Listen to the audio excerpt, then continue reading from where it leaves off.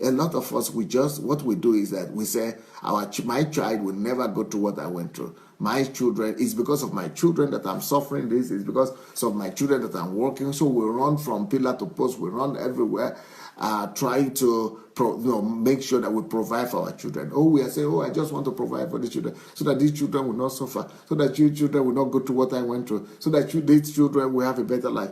But you see what God is saying here, that that Abraham was living in tents from one tent to the other, together with Isaac and Jacob. Isaac and Jacob were also doing the same thing. They were going through the same difficulty. So sometimes your children have to also be exposed to your troubles. Sometimes your children must be exposed to your trials. They must be exposed to your suffering. They must be exposed to your discomfort. They must also learn to live in tents. They must also learn to live in tents before they live in mansions. They must learn to endure before they live in pleasure, before the pleasure comes. So, Abraham knew better, and that's why God said he could trust him. He could trust him to pass not just his teachings to his children, but his experience as well. So he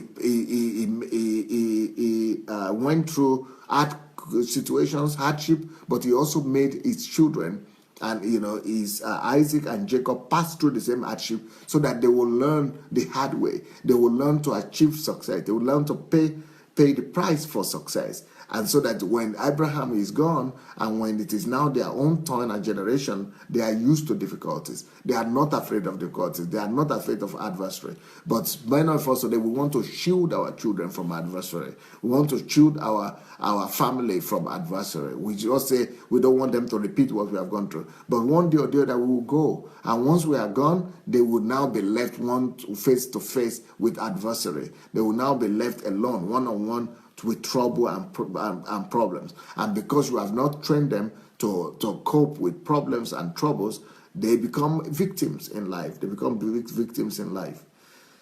So the heirs were with him. In the case of Abraham, he knew better. He kept them in the promise, in the famine with him. He kept them in the tents with him. He made sure that they were suffering the same thing he was suffering together with them.